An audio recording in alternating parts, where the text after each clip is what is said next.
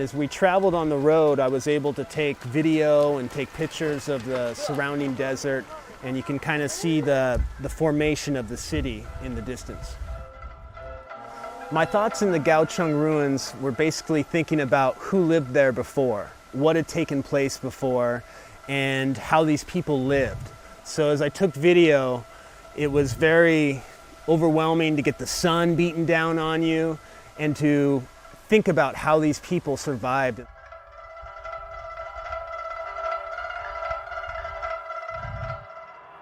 Later, we visited the Valley of the Grapes. The Valley of Grapes has been here for over 2,000 years and produces over 100 different grapes. In the area where we were, the trellises covered with grapevines just seemed to not end ever.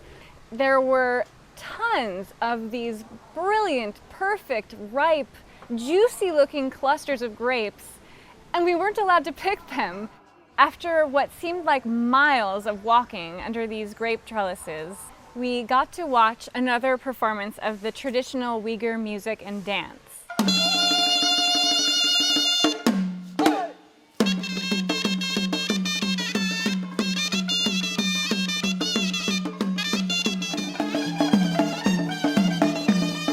One of the main moves for the dancers was utilizing their skirt with the rotations and dropping down and coming back up, so it kind of made the dresses look like a jellyfish. The way the girls were moving their hands were so graceful, they almost looked like snakes. It was so fluid the way they were moving their hands, and I was mesmerized. The musical instruments were the traditional Uyghur instruments we've been seeing. The wind instrument was almost like an oboe. It was very ear-piercing. It was kind of an overwhelming instrument. It definitely was louder than all the other stuff and definitely took the lead performance of the group. The music was very good. The dancers were definitely part of it. It was a cohesive thing rather than just dancing to the music. You could tell that it was very intertwined.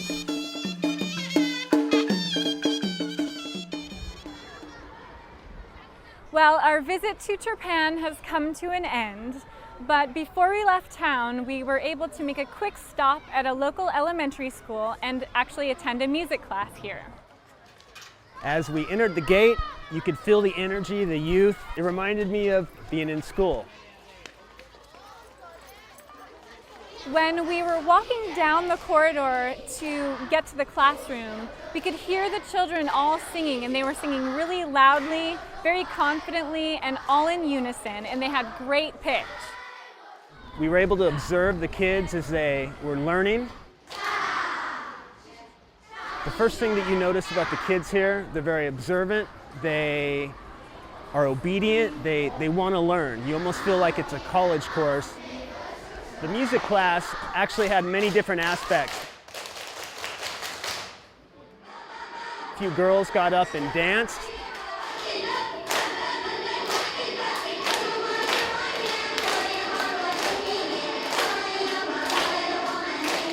It was really interesting because they sang the songs in both Chinese and Uyghur. This is a Chinese and Uyghur school, so they teach all of the songs in both languages, which I thought was very interesting. Very similar to schools in California, where they teach in English and in Spanish.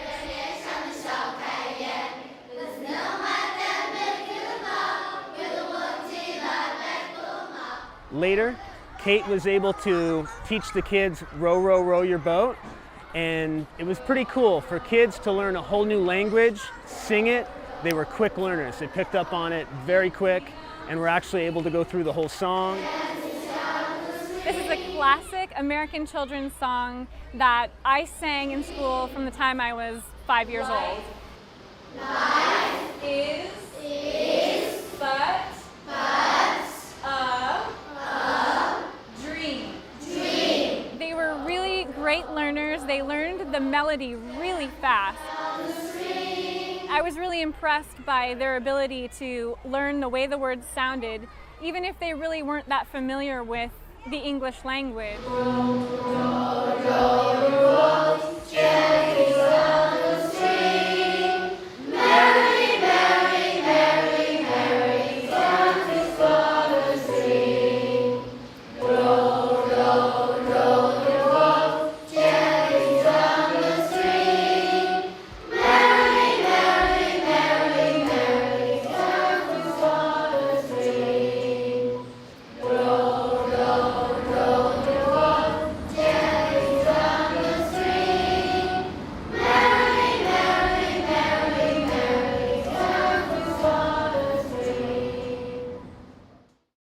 Well, it's our final day of travel in Xinjiang, and we spent this very windy afternoon at the Xinjiang Arts Institute. We were very privileged to watch a performance of students playing several mukam pieces for us.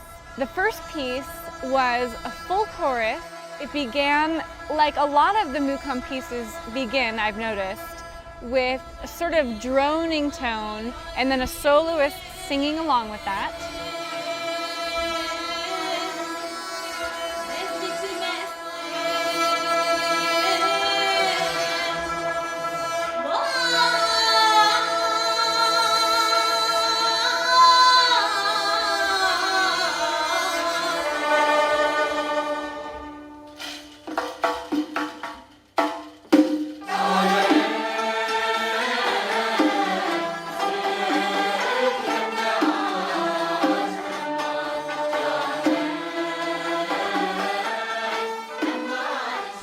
That they were playing was really gorgeous. It was very complex.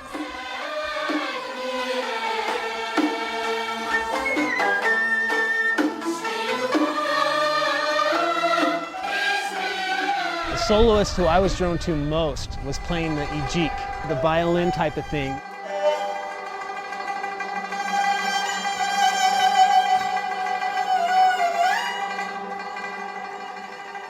He has his bow and he's playing it. You can see his emotion, his head and his body. And he closes his eyes and he's feeling the instrument. You can feel that.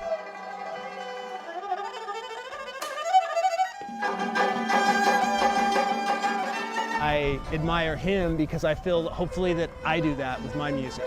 The Uyghurs are playing completely acoustically, no microphones, no amplification of any kind.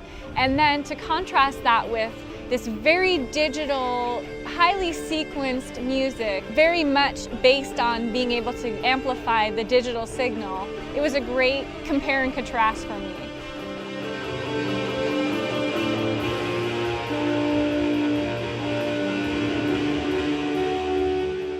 Highlight for me was performing. I got to share my music with people from across the world. They would probably never go onto MySpace and see my music.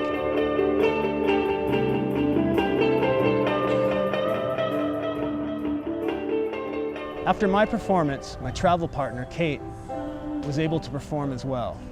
She is a great singer and a piano player, and she was phenomenal. I had never heard Kate sing her own music before. I was really blown away.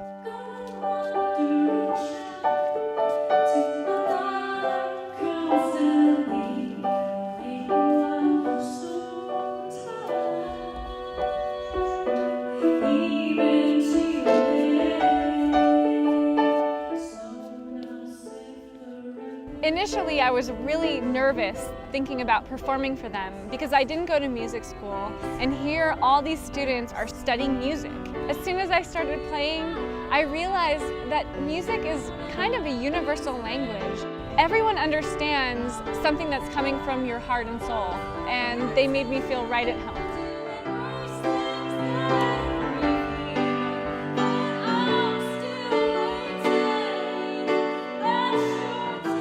This trip definitely exceeded my expectations. And what I learned was that the music of a culture is as much a function of the lifestyle of the people as anything else. When I first got on the plane, I pretty much thought, okay, I'm going to another country, I'm going to see some other people.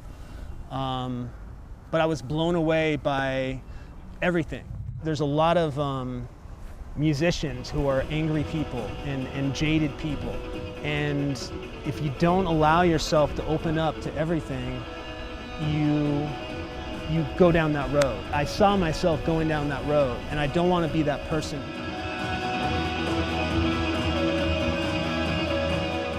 It was mind-opening in a way that I never could have predicted. And I don't think I can predict what the outcome will be for me in the long term, but I'm already thinking about coming back here.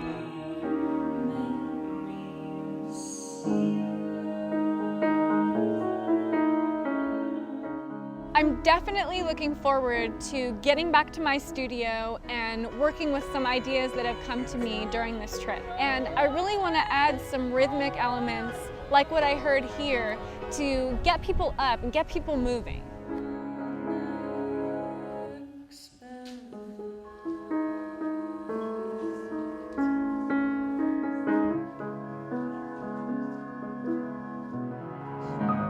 As I head back to the States, I'm taking all this musical inspiration that has gathered up inside of me from the first day of seeing the Uyghur people and their music and their instruments, to the visuals of the deserts, the mountains, all these emotions, the family, the traditions, all these things are gonna inspire me with new music. I already hear new things in my head, new tones, new sounds, and I'm really looking forward to taking this and writing my new batch of songs.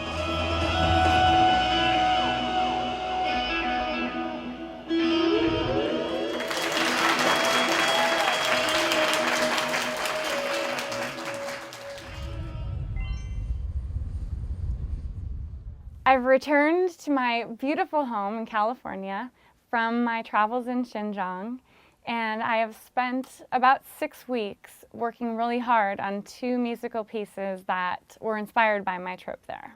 As soon as we got back from China, I started working on the 2 new pieces. I was very inspired. One of the pieces is based on the Kazakh melody that we heard at Nanshan Mountain.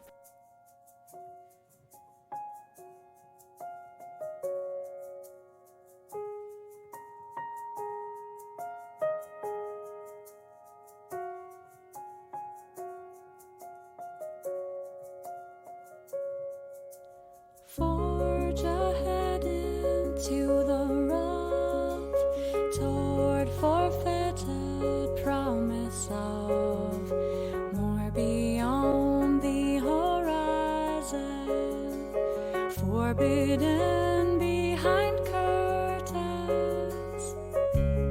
Rush reddened, now we trust our only thread unravels. Foreseen never soon enough, forward unenlightened thus. Only once better to behold, to yet show how we know what follows. Armor up, hard against the blows. Should